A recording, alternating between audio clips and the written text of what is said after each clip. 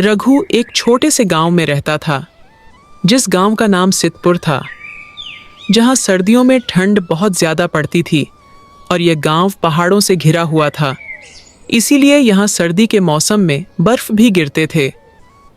इस बार ठंड ने सारे रिकॉर्ड तोड़ दिए थे। रात होते ही ठंड बहुत ज़्यादा हो जाता था। गांव के लोग आग जलाकर खुद को गर्म रखने की कोशिश करते थे, लेकिन इस बार की ठंड इतनी भयानक थी कि आग भी ज़्यादा देर तक राहत नहीं देती थी। गांव के अमीर लोग तो अपने घरों में लकड़ी के चूल्हे और मोटे गर्म कंबलों के सहारे ठंड से बच रहे थे, लेकिन गरीबों के लिए यह ठंड एक बड़ी मुसीबत बन गई थी। रघु का परिवार बहुत गरीब था।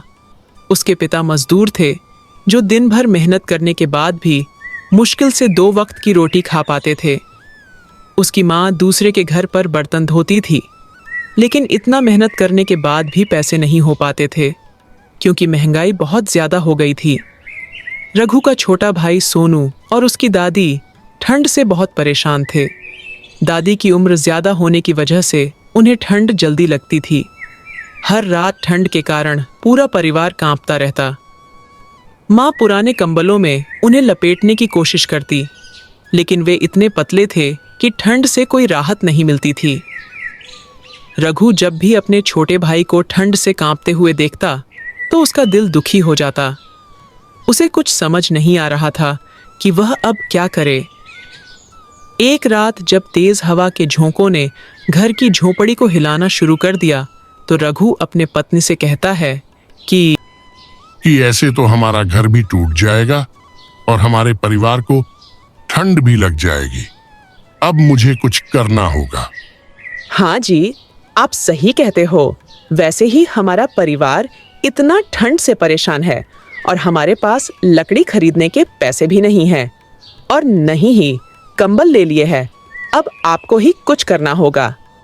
अगली सुबह रघु अपने पिता के पास गया और बोला, बाबा, हमें कुछ करना होगा, वरना हम सब ठंड में बीमार पड़ जाएंगे और हमारे पास कुछ खाने के लिए भी नहीं है और तो और पहनने के लिए गर्म कपड़े भी नहीं है और हमारे पास पैसे भी नहीं है कि जाकर लकड़ियां खरीद लाऊं जिससे हमारा घर गर्म हो जाए। पिता ने गहरी सांस लेते हुए कहा, बेटा, मैं क्या कर सकता हूँ? हमारे पास लकड़ी खरीदने के भी पैसे नहीं हैं। अब तो मेरी उम्र भी हो गई है कि जाकर कुछ काम कर लूं। बाबा, हमारे पास पैसे नहीं है तो क्या हुआ? अगर हम लकड़ियां नहीं खरीद सकते तो जंगल से इकट्ठा तो कर सकते हैं। हाँ बेटा, सही कह रहे हो, लेकिन जंगल अब बर्फ से ढक चुका है, वहां लकड़ी भी मिलना मुश्किल होगा। पर रघु हार मानने वालों में से नहीं था। वह सुबह सुबह कुल्हाड़ी लेकर गांव के पास वाले जंगल के लिए निकल जाता है। वहां जाकर रघु ने सूखी लकड़ियां ढूंढनी शुरू कर दी, लेकिन जंगल में पहले से ही बर्फ की मोटी परत जम चुकी थी। पेड़ और झाड़ियां बर्फ से ढकी हुई थीं और जो सूखी लकड़ियां थीं वे भी पूरी तरह गीली हो चुकी थीं। रघु निराश होकर एक बड़े पेड़ के नीचे बैठ गया और सोचने लगा, इतनी समय से लकड़ियां ढूंढ रहा हूं, लेकिन यहां तो सारी लकड़ियां बर्फ से ढकी हुई हैं। अब मैं क्या करूं? तभी उसके दिमाग में एक विचार आया। अगर हम खुद लकड़ियां नहीं ला सकते तो क्यों ना गांव के लोगों से मदद मांगी जाए। अगर कोई मदद कर देगा तो हमारे परिवार की समस्या कुछ दूर तो हो जाएगी। रघु जब ठंड में कांपते हुए जंगल से गांव लौट रहा था तो रास्ते में उसे एक गांव के बुजुर्ग दादाजी मिले। गांव का मानना कि वे गांव के सबसे बुद्धिमान व्यक्ति माने जाते थे और सभी उनकी सलाह को बहुत मानते थे। उन्होंने रघु को कांपते हुए देखा और पूछा, बेटा, इतनी ठंड में कहाँ जा रहे हो? तभी रघु ने अपनी सारी समस्या दादाजी को बता दी। दादाजी मुस्कुराए और बोले, बेटा, समस्या अकेले हल नहीं होती, इसे सब मिलकर हल करते हैं। इसके बाद दादाजी और रघु एक पेड़ के नीचे आते हैं और फिर रघु ने कुछ लोगों को बुलाकर उस पेड़ के नीचे आते हैं और फिर दादाजी कहते हैं, मैं आप सबको बुलाना तो नहीं चाहता था, लेकिन मैं भी क्या करूं? अपने गांव की हालात को देखकर और गरीबों को देखकर ही आप सबको यहां पर बुलाया है। मैं आपको यह बताने के लिए बुलाया हूं। इस बार की ठंड ने हम सभी को परेशान कर दिया है, लेकिन सबसे ज्यादा परेशानी उन लोगों को हो रही है जिनके पास लकड़ी, गर्म कपड़े और पर्याप्त भोजन नहीं है। अगर हम सब मिलकर एक दूसरे की मदद करें तो कोई भी ठंड में नहीं मरेगा। दादाजी की बात सुनकर गांव के लोगों ने मिलकर एक योजना बनाई। जिनके पास ज्यादा लकड़ियां थीं, उन्होंने उन्हें एक पेड़ के नीचे इकट्ठा करना शुरू किया।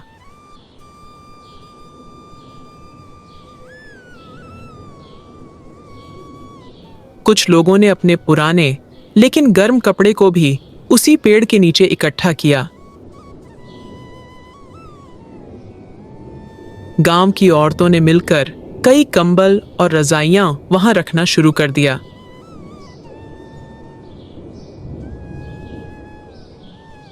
और फिर रघु और दादाजी गरीबों के घर में जाकर उन्हें गर्म कपड़े और लकड़ियां दे दी। गांव के बड़े बुजुर्ग भी इस अभियान में शामिल हो गए। कुछ लोगों ने जरूरतमंदों के लिए गर्म दूध और दलिया बनाने की जिम्मेदारी ली। धीरे धीरे पूरा गांव एक परिवार की तरह एक दूसरे की मदद करने लगा। जिनके पास ज्यादा था, उन्होंने उन लोगों की मदद की जिनके पास कुछ भी नहीं था। अब कोई भी ठंड में बिना आग के नहीं सोता था। रघु को इस बात की खुशी थी कि उसकी हिम्मत और दादाजी की समझदारी से पूरे गांव को ठंड से बचाने का एक उपाय मिल गया था। उसने सीखा कि जब भी कोई मुश्किल आती है तो उसे अकेले सहने की बजाय सब मिलकर उसका सामना करना चाहिए। गांव में इस पहल के बाद हर साल सर्दियों में गरीबों की मदद करने की परंपरा शुरू हो गई। अब जब भी ठंड आती, गांव के लोग पहले से ही योजना बनाकर जरूरतमंदों की मदद करने के लिए तैयार रहते थे। जब रघु घर लौटा तो उसकी मां ने उसे गर्व होकर कहा, बेटा, तूने आज साबित कर दिया कि सच्ची समझदारी उम्र की मोहताज नहीं होती।